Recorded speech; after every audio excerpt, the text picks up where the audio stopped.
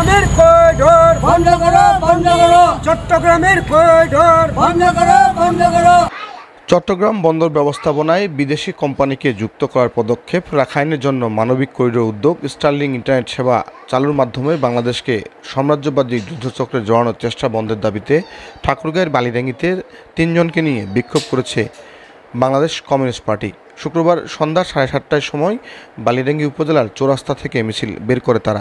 মিছিলের নেতৃত্ব দেন বালিডাঙ্গি উপজেলা কমিউনিস্ট পার্টির সাধারণ সম্পাদক মুসলিম উদ্দিন, সাথে ছিলেন উপজেলা ক্ষেতমজুর সমিতির সভাপতি আব্দুর রহমান ও সাধারণ সম্পাদক দিনুরাম। রাজপথে থাকবো, যুগে যুগে লড়বো, রাজপথে থাকবো, যুগে যুগে লড়বো। আমি মুসলিম উদ্দিন, আমি বালিয়াডাঙ্গি কমিউনিস্ট পার্টির সেক্রেটারি।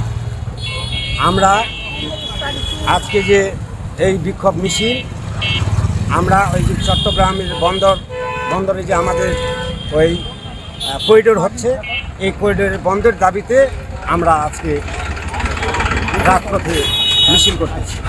আমরা বন্ধের দাবিতে বন্ধ করতে হবে। হ্যাঁ, আর ধনী গরিবের বৈষম্য দূর করতে হবে। আমরা আজকে দেশের মানুষ দিশারায় পড়ে গেছে। আজকে এক এক করে পাগলা ঘোড়ার মতো জয় জিনিসপত্রের দাম বৃদ্ধি হয়েছে, সেই জন্য আমরা দাম কমার কথা বলতেছি। আপনাদের কি লোকজন খুব শর্ট, 3 জন মিলে করতেছেন? আমাদের লোকজন আজকে চারা লাগাচ্ছে, সেই জন্য আসতে পারেনি। সবাই চারা লাগাচ্ছে। দেশের মানুষের ভাতের চিন্তা ভাবনার কারণে তারা আজকে চারা লাগাচ্ছে, সেই জন্য আমাদের লোক অন্যদিন আমার আরও লোক হবে।